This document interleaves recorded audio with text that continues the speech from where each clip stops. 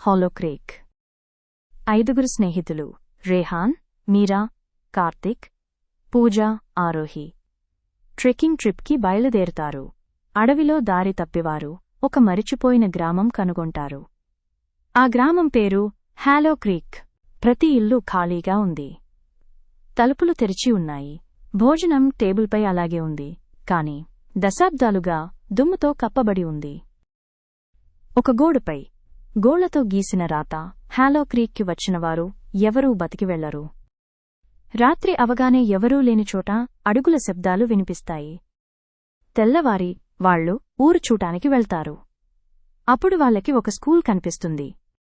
ఒక పాత స్కూల్లోకి వెళ్లినప్పుడు వాళ్లు పాత రిజిస్టర్ దొరుకుతుంది. చివరి హాజరు 1995. అదే రోజు ఈ గ్రామం మొత్తం మాయమైంది అని రికార్డుల్లో ఉంది. ఆరోహి బ్లాక్ బోర్డుపై చాక్తో తాను రాయడం మొదలుపెడుతుంది. వలయం పూర్తవ్వాలి. అంతలోనే లైట్లు ఫ్లిక్కర్ అవుతాయి.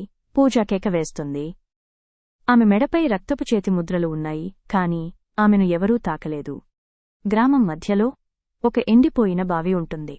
కార్తీక్ అందులో రాయివేసినా ప్రతిధ్వని రాకుండా పిల్లల నవ్వులు వినిపిస్తాయి.